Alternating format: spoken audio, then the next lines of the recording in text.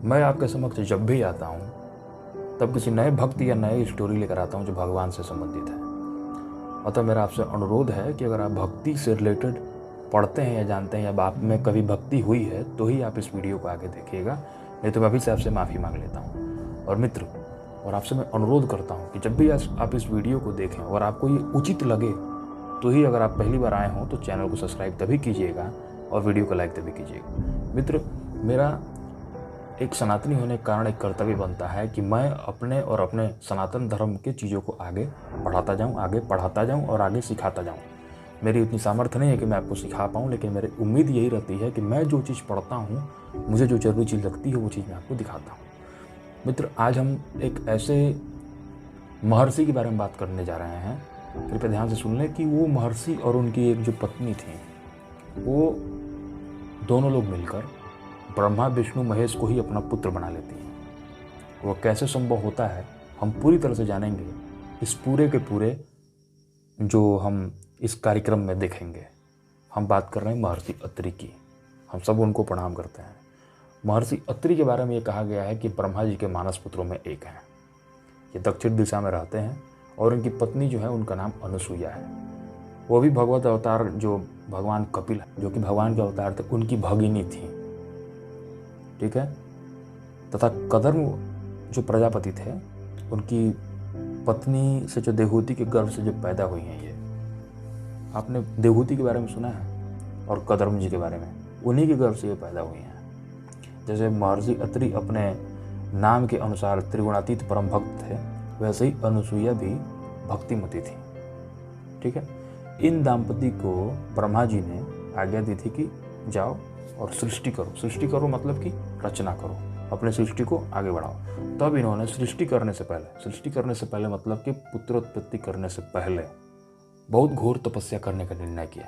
ये कोई आम बात नहीं है कि सृष्टि करने को कहा गया और ये फिर तपस्या करने का पहले निर्णय करते हैं, फिर आगे देखते हैं वो क्या करते हैं। इनका तब का लक्ष्य, ये इनकी तपस्या का लक्ष्य संतान उत्पादन नहीं था, बल्कि इन्हीं आंखों से भगवान के दर्शन प्राप्त करना था। इनकी श्रद्धापूर्वक दीर्घकालिक निरंतर साधना से और प्रेम से आकृष्ट होकर ब्रह्मा विष्णु महेश तीनों ने इनको दर्शन दे दिया। उस समय ये दोनों उनके चिंतन में इतने तल्लीन थे कि उनके आने का इनको पता ही नहीं चल पाया। तब जाके ब्रह्मा विष्णु महेश ने इनको जगाया और जब इनके नज़र खुलती हैं, उनके चरणों पर गिर जाते हैं। दोनों लोग, पति और पत्नी दोनों लोग भगवान के चरणों पर गिर जाते हैं और किसी प्रकार संभल कर उठते हैं और गदगद वाणी से उनकी स्तुति करने लगते हैं। स्तुति करने मतलब कि उनका गुणगान करने लगते हैं, उनके बारे में बात करने लगते हैं। इनके प्रेम और सत्य और निष्ठा को देखकर उनको बहुत प्रसन्नता होती है और उन्होंने उनको वरदान मांगने के लिए कहते हैं।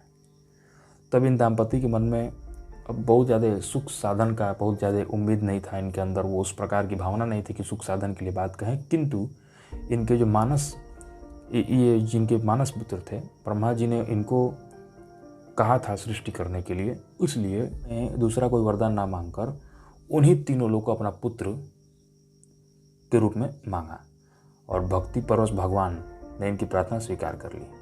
ठीक है, समझ रहे हैं? भगवान को ही इन्होंने अपने पुत्र के रूप में मांगा और भगवान ने इनकी जो बात थी उसको स्वीकार कर ली। समय पर तीनों ही इनके पुत्र रूप में अवतार ग्रहण कर लिए। विष्णु जी के अंश से दत्तात्रेय, ब्रह्मा जी के अंश से चंद्रमा और शंकर जी के अंश से दुर्वासा जी का जन्म होता है।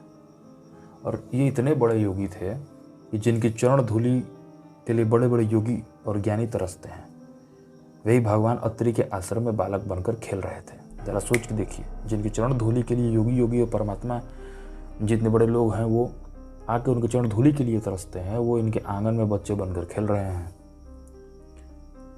और ये दोनों दंपति उनके दर्शन और वात्सल्य यानी उनके प्रेम से अपना जीवन सफल समझ रहे हैं। अनुसुईया तो अब उनको कोई दूसरी बात नहीं सूझती थी, वो अपने तीनों बालकों को खिलाने में पिलाने में व्यस्त रहती थी। इन्हीं के पतिव्रत सतीत्व और भक्ति से प्रसन्न होकर वन गमन के समय, वन गमन मतलब कि वन में जाने से पहले, मतलब वन के जाने के समय स्वयं भगवान श्री रामचंद्र जी और श्री सीता जी और लक्ष्मण जी के साथ इनके आश्रम में पधारे और इन्हें जगत जननी माँ सीता का उपदेश करने का गौरव प्राप्त हुआ था। जरा सोच के देखिए कि स्वयं माँ जगत जननी इनके यहाँ पहुँचती हैं और ये उनको उपदेश देते हैं। क्या बड़ी बात है। उस समय अत्रि जी बड़े ही सुंदर शब्दों में भगवान श्री रामचंद्र जी की स्तुति करते हैं और अंत में एक हाथ जोड़कर प्रार्थना की। क्या प्रार्थना करते हैं कि विनती करी मुनि नाय शिरु, कह कर जोरी बहोरी, चरण सरोरहु नाथ जनी, कबहू तजे मति मोरी। मित्र, आगे चाहूँगा अगली बार हम एक नए भक्त, महान भक्त जिनको हम प्रणाम करते हैं, उनके बारे में जानेंगे। और कुछ ही समय बाद एक और वीडियो अपलोड होगा जिसमें हम जो भगवत चर्चाएँ कर रहे थे, जिसमें कलि पुरुष की भी बातें हो रही थी और अन्य ग्रंथों की बातें हो रही थी, कैसे नारद जी इतने मजबूत हैं कि उनको इस सृष्टि में कोई मार नहीं सकता सिवाय भगवान के, और भगवान भी उसको नहीं मार सकते क्योंकि भगवान कभी भी किसी भक्त को नहीं मारते हैं। इनकी बातें भी हुई हैं। तो अगर आपको वीडियो ये पसंद आए तो लाइक कर दें, चैनल को सब्सक्राइब कर दें, और आपको अन्य वीडियो देखने के लिए मेरे चैनल लिंक पे जाके आप देख सकते हैं। वीडियोस बहुत शानदार हैं। मित्र, मैं भी आपकी तरह एक छोटा सा भक्त हूँ, उसी नाते आपको प्रणाम करता हूँ। जय श्री राम।